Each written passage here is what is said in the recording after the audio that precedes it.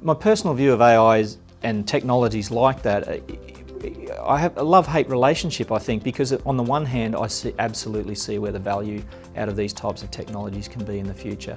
I think emerging companies will take advantage of that and really put to show some of the things that they're capable of and take down some big players. We will see a bit of bloodshed, I think, in the market in terms of, you know, when you look at some monolithic, really large technology organisations, small up-and-comers will be able to leverage that technology, which now is very available via the cloud platforms, the public cloud platforms.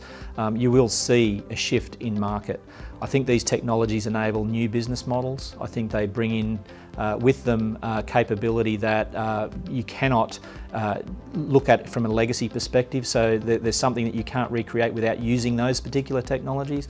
So I love the fact that we're able to disrupt the industry with those types of technologies, and we need to be on that journey as well. As I said before, we have to reinvent ourselves, and part of that is making sure that we're in a position to leverage those technologies as we need to.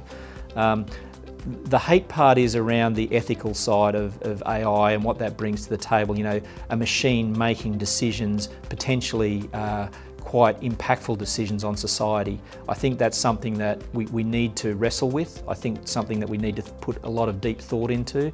I don't think government legislation is going to solve this issue. I think we as human beings need to be making sure that we're making good choices for humanity in general based on what these technologies can offer in the future.